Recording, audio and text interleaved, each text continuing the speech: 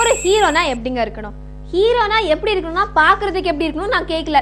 ஹீரோனா அவர் படம் அடுத்தடுத்து வந்துட்டே இருக்கணும், அவர் படம் ஹிட் ஆகணும், இல்லனா ஜனங்க மறந்துடுவாங்க.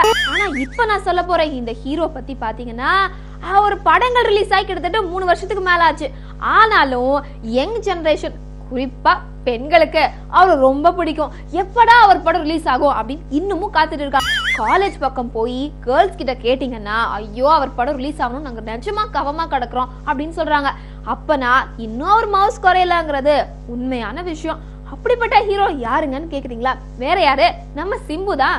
நம்ம சிம்புக்கு பாத்தீங்கன்னா ஒரு அதிர்ஷ்டக்காரப்பா அப்படின்னு சொல்லாமா வேண்டாமா எனக்கு ஒரு டவுட் இருக்கு. ஏன்னா ஒரு சைடு பாத்தீங்கன்னா ஒரு போடா பொடி படத்துக்கு அப்புறம் அடுத்து எந்த படமும் இன்னும் ரிலீஸ் ஆகிறதுக்கு வாய்ப்பே வர மாட்டேங்குது. அப்படி இருக்கும்போது இன்னொரு பக்கம் பாத்தீங்கன்னா யங் ஜெனரேஷன் குறிப்பா கேர்ள்ஸ் அவர் மேல ரொம்ப தீவிர கிரேஸா இருக்கிறாங்க.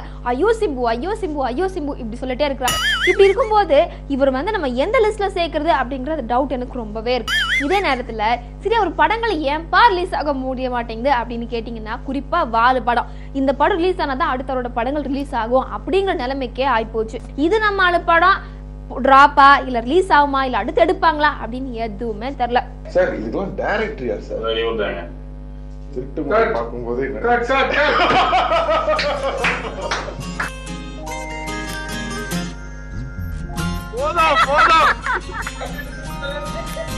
ஐயோ ராமா, என்ன ஏன் இந்த மாதிரி கடிசன பசங்களோட எல்லாம் கூட்டி சேர வைக்கிற? ஆனா வாலு படம் எல்லாமே முடிஞ்சு அப்படியே கிடப்புல. அதுவும் இல்லாம ஒரு வாட்டியும் ரிலீஸ் தேதி அறிவிக்கிறாங்க, இல்லங்க 2-3 நாள் தள்ளி போகும் அப்படிங்கிறாங்க, அப்படியும் அறிவிக்கிறாங்க, இல்ல 1 மாசம் தள்ளி போகும் அப்படிங்கிறாங்க. இப்படியே மாத்தி எதனா ஒரு பிரச்சனை வந்து படத்தை ரிலீஸ் பண்ணவே முடியாத நிலைமைக்கு போயிட்டு இருக்கு. இப்படி இருக்கும்போது கடைசியா பாத்தீங்கன்னா ஜூலை 17 கண்டிப்பா நம்ம தனுஷோட மாரி படத்துக்கு போட்டியே படம் வருது அப்படின்னு சொல்லி எல்லாரும் எதிர்பார்த்தோம். ஆனா பாத்தீங்கன்னா இல்ல.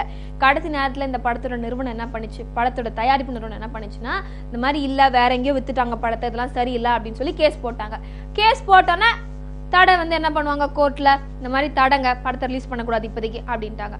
அதனால பாத்தீங்கன்னா படத்தை ரிலீஸ் பண்ண முடியாம ஒரு பிரச்சனையில இருந்து இப்போ 2 சைடும் பாத்தீங்கன்னா சுமூகமா பேச்சுவார்த்தை எல்லாம் முடிஞ்சு கோர்ட்டே வந்து படத்தை ரிலீஸ் பண்ணிக்கலாம், எந்த பிரச்சனையும் இல்ல, படத்துக்கு எந்த தடையும் இல்ல அப்படின்னு சொல்லிட்டு ஹை சூப்பர் அப்படின்னா ஆகஸ்ட் 14 படம் கண்டிப்பா ரிலீஸா அப்படின்னு என்ன கேட்காதீங்க. ஏன்னா என்னால எதுவும் சொல்ல முடியாது.